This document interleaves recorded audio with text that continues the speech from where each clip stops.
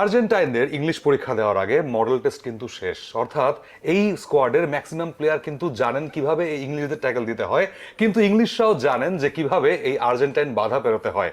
So experience না bravery, কে জিতবে আজকে? দি থ্রি লায়ন্স যখন মুখোমুখি হচ্ছে আলসেবিলেস্তাদের, তখন সেই লড়াইটাই অবশ্যই জমে উঠবে এবং সেই লড়াইয়ের আদ্যপান্ত নিয়ে আজকে কথা বলবো ডি বক্সে। বলবির প্রান্তর যুক্ত হয়ে গেলাম আবার আপনাদের সাথে চ্যানেলের পর্দায়। ডি বক্স দেখতে পাচ্ছেন প্রতি ম্যাচ নাইট 12:30টায়, তার পাশাপাশি আই স্ক্রিনের পর্দায় দেখতে পাচ্ছেন সবগুলো ম্যাচ লাইভ বিশ্বকাপের। তার পাশাপাশি মন না ভরলে রেডিও ভূমি 92.8 FM এ শুনতে পাচ্ছেন বাংলা ধারাভাষ্য। বলবির প্রান্তর চলে এলাম এবং সাথে নিয়ে এসেছি আজকে প্রতিপক্ষ আহমেদ বিন পারভেজ। প্রতিপক্ষ বলছি, কাটা কাটা লাগছে আপনাদের শুনতে জানি, but yes, England versus Argentina jersey পরে এসছে। তার আগেও বুঝতে পারছিলেন যে তিনি আর্জেন্টাইন সমর্থক। সো থ্রি লায়ন্সদের কিভাবে ফেস করবেন এই জার্সিটা পরে? জার্সির একটা গল্প আছে, তাই না? হ্যাঁ, এই জার্সি পরে আমরা ফেস করতে চাচ্ছি না, এবং এই কারণেই আসলে আর্জেন্টিনা তারা কিন্তু তাদের অ্যাওয়ে কিটটা চেয়ে নিয়েছে ফিফার কাছ থেকে, এবং ইংল্যান্ড পড়বে সাদা, যেটা প্রান্তর পড়ছেন।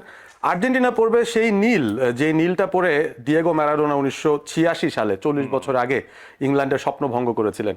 একটা হ্যান্ড অফ গড, একটা গোল অফ দ্য সেঞ্চুরি, দুটো গোলের মিশ্রণে আর্জেন্টিনা নতুন একটা ইতিহাস রচনা করেছিল। এবং এই আর্জেন্টিনা ইংল্যান্ডের যে লড়াইয়ের মাহাত্ম্য, সেটা আসলে তাদের পলিটিক্যাল টার্ময়েল থেকে শুরু করে অনেক দিকেই গড়িয়ে যায়। তবে 86-এর সেই ম্যাচটায় আমার ইন্টারেস্টিংলি মনে হয় যে আসলে তখনই মাত্র রঙিন টিভির দুনিয়া এসেছে, বাংলাদেশেও সেই রঙিন টিভি এসেছে, এবং এতগুলো যে আর্জেন্টাইন সমর্থক বাংলাদেশে এখনো আছেন, তাদের ফার্স্ট জেনারেশনটা বোধহয় ওই 86-র ম্যাচটা দেখার পরেই হয়েছেন আর্জেন্টিনার ফ্যান। সো ইংল্যান্ড একটা বিরাট ভূমিকা রেখেছে, আমি অন্তত বলবো, বাংলাদেশে আর্জেন্টাইন ফ্যানদের যে রাইজ সেটার পেছনে।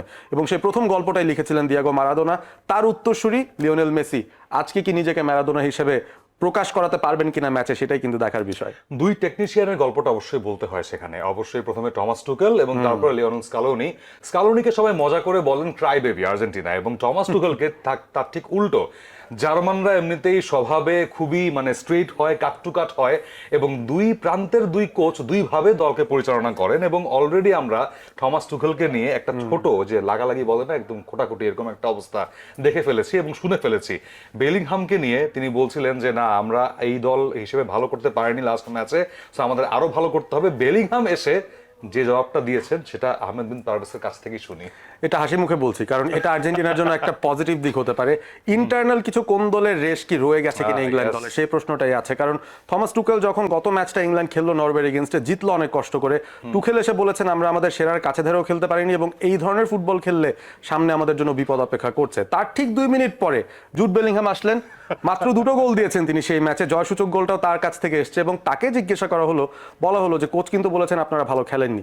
তিনি তখন বলে বসলেন পুরো মিডিয়ার সামনে, পুরো বিশ্বের সামনে, যে আমরা কি ভালো খেলেছি না খেলেছি সেটা আমাদের ম্যানেজার বুঝবেন না, কারণ তিনি আসলে টপ লেভেলে এরকম সিচুয়েশনে মাঠে থেকে খেলা কোনোদিন বের করতে পারেননি। এবং তিনি কিন্তু স্পেশালি বলেছেন যে এই দলটা, বেলিংহাম বলছেন যে এই দলটা একটা ইউনাইটেড হয়ে তারপরে মাঠে নেমে খেলছে। So this is the positive side for England. অবশ্যই বলবো, আমরা যদি তাদের জার্নিটা নিয়ে কথা বলি, আর্জেন্টিনা যেরকম গ্রুপ পর্বটা ইজিলি পেরিয়ে এসেছে, ধরাটা খারাপ শুরু করেছিল কাবো ভার্দের সাথে, মিশরের সাথে, সুইজারল্যান্ডের সাথে, নার্ভের চূড়ান্ত পরীক্ষা হয়েছে। ইংল্যান্ড কিন্তু আবার সেই গ্রুপ স্টেজ থেকেই নার্ভের পরীক্ষা দিয়ে এসছে। ক্রোয়েশিয়ার সাথে তারা একসময় 2-2 ছিল, সেখান থেকে লাস্টে 4-2 শেষ করেছে। তারপরে ডিআর কঙ্গো প্রায় ধরা খাইয়ে দিয়েছিল, সেখান থেকে ম্যাচটা বের করে নিয়েছেন হ্যারি দি কিং কেইন। তারপরে আবারে ঘানার সাথে সেই ড্র। সো সবকিছু মিলিয়ে ইংল্যান্ড যখন দ্বিতীয় রাউন্ডে আসলো, তখন কিন্তু তাদের নার্ভের পরীক্ষাটা হয়ে গেছে। তারপরে নরওয়ের বাধা খুব ভালো মতো পার হয়েছে, মেক্সিকো যেটা হাই অল্টিটিউডে একটা বিশাল একটা সাইকোলজিক্যাল একটা গেম ছিল ইংল্যান্ডের জন্য। সো এই যে গ্রুপ স্টেজ থেকে শুরু করে পুরো যাত্রাটা এই দুই দলের পার্থক্য কতটুকু গড়ে দেবে? পার্থক্য ডেফিনেটলি করে দেবে, এবং আমার কাছে মনে হয় যে যদি এই পুরো বিশ্বকাপে আপনি 48টা টিমের মধ্যে দুটো টিমকে আইডেন্টিফাই করেন যারা সবচেয়ে বেশি মেন্টাল স্ট্রেংথ দেখিয়েছে বা প্রতিকূলতার বিরুদ্ধে সচলভাবে দাঁড়াতে পেরেছে, সেই দুটো দলের নাম নিশ্চিতভাবে আর্জেন্টিনা এবং ইংল্যান্ডই হবে। কারণ পিছিয়ে পড়ে কিভাবে প্রতিকূল অবস্থা থেকেও বেরিয়ে চলে আসতে হয়, সেই কাজটাই ইংল্যান্ড একবার না দুইবার না একাধিকবার করেছে। এমনকি মেক্সিকোর এগেনস্টে 10 জনের দলে পরিণত হওয়ার পরও 30 মিনিট ধরে তাদের লিডটা তারা ডিফেন্ড করতে পেরেছিল। সো আমার মনে হয় যে যদি শক্তপোক্ত দুটো দলের কথা বলি যারা মেন্টাল স্ট্রেংথ দিয়ে বাকিদেরকে টেক্কা দিয়েছেন এই ওয়ার্ল্ড কাপে, ডেফিনেটলি ইংল্যান্ড এবং আর্জেন্টিনা। সো সেইখানে আমি দুই টিমকে আসলে আলাদা করতে পারছি না খুব একটা। ট্রু, একদমই আলাদা করা যাচ্ছে না। বাট ইয়েস, মিডিয়া বলা বলি করছে এবং আমরাও দেখছি যে আর্জেন্টাইন যে ডিফেন্স লাইন আছে, মিডফিল্ড লাইন আছে, একটু বয়সে বুড়িয়ে গিয়েছে এবং এটা নিয়ে বারবার কথা হচ্ছে বিকজ ইংলিশরা যেরকম উইং ব্যবহার করে তারপরে মাঝমাঠের ক্রিয়েটিভিটি ব্যবহার করে খেলে, যে কোনো প্রতিপক্ষের জন্য তাদেরকে মিডফিল্ড ব্যাটেলে জয়ী হওয়াটা ডিফিকাল্ট হয়ে যায় যে কোনো দলের জন্য ইংল্যান্ডের বিপক্ষে। সো আর্জেন্টিনা আজকে সেই চেঞ্জগুলো করবে কিনা, সিমিওনে জুনিয়রকে তারা আজকে ব্যবহার করেন কিনা, কারণ তার বাবা ডিয়েগো সিমিওনে তিনি কিন্তু এই ইংল্যান্ডের বিপক্ষে খেলেছিলেন 1998 সালে। সো ডেফিনেটলি বাবার কাছ থেকে টোটকাটা পাবেন, বাট সিমিওনেকে আজকে লাগতে পারে স্কালোনির। আমার তো মনে হয় সিমিওনি স্টার্ট করে ফেলতে পারেন, কারণ আর্জেন্টিনার একটা রিকারেন্ট প্রবলেম হচ্ছে রদ্রিগো ডি পল। তাকে সাধারণত সবাই চেনেন মেসির বডিগার্ড হিসেবে, তবে 2022-এ যে সার্ভিসটা নিয়ে দিয়েছেন, এই গ্রুপ পর্বে যখন আর্জেন্টিনা খেলা শুরু করলো একটা একটা করে ম্যাচ যায়, ডিপলের পারফরমেন্স একটু একটু করে নামতে থাকে। ওই জায়গাটা একটা বড় কনসার্নের জায়গা হবে স্কালোনির জন্য, এবং আজকে শুরুতে এমনও হতে পারে তিনি ডিপলকে না নামিয়ে তিনি হয়তো গিলিয়ানো সিমিওনিকে নামিয়ে দিতে পারেন, যিনি একাধারে ওয়াইড পজিশনটাও হোল্ড করবেন, যেখানে অ্যাটাকে আর্জেন্টিনার একটা সুবিধা আসতে পারে মেসির পেছনে, এবং সেই সাথে ডিফেন্সিভলিও তার ওয়ার্ক রেটটা ব্যবহার করতে পারবেন। কুইক ট্রানজিশনে ইংল্যান্ড যখন আক্রমণ করতে চাইবে, ওই গর্ডনকে আটকানোর জন্য কিংবা বেলিংহামকে আটকানোর জন্য সিমিওনের ডিফেন্সিভ অ্যাট্রিবিউটসটাও হয়তো ইউজ করতে চাইবে আর্জেন্টিনা। সো কিছু পরিবর্তন ট্যাকটিক্সের কারণে আর্জেন্টিনার নিতে হতে পারে আজকে ইংল্যান্ডের বিরুদ্ধে। তবে দিন শেষে যে ব্যাপারটা গিয়ে দাঁড়ায়, দুটো টিমই আসলে এমন টিম তারা বল খুব বেশি পায়ে রেখে খেলতে চান না।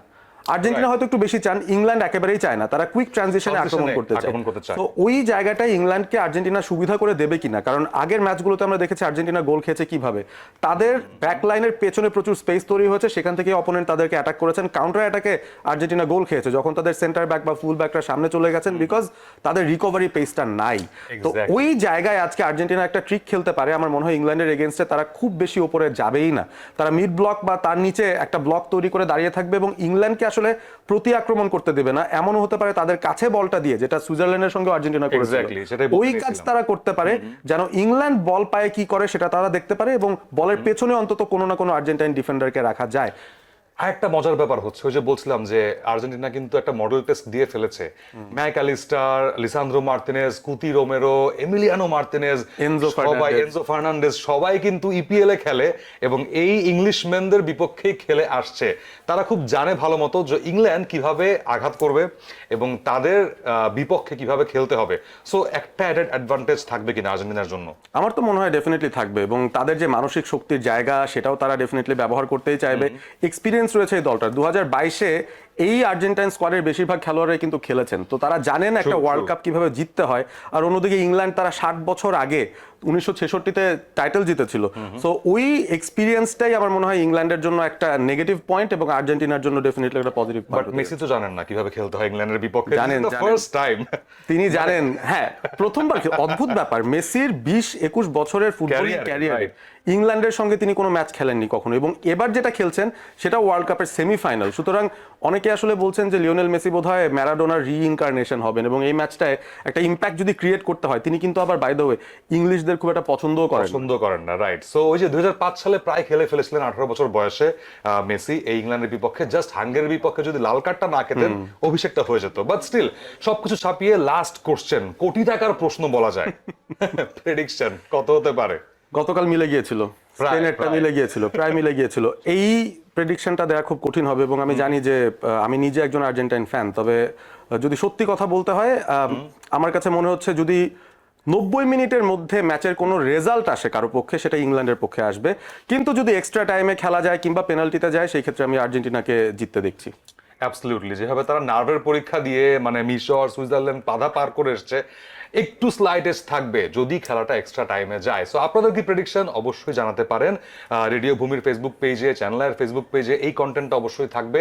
চ্যানেলের পর্দা থেকে আজকে বিদায় নিচ্ছি, বাট বাংলা ধারাভাষ্য নিয়ে থাকবো রেডিও ভূমিতে এবং আইস্ক্রিনের পর্দায়। ডেফিনেটলি সবগুলো ম্যাচের লাইভ দেখতে পারবেন আপনারা সব সময়। ডি বক্স থেকে বলবীর প্রান্তর, আহমেদ বিন পারভেজ আজকের মতো সবাইকে বিদায় জানিয়ে শুভকামনা জানিয়ে শেষ করছি। Good night from D box.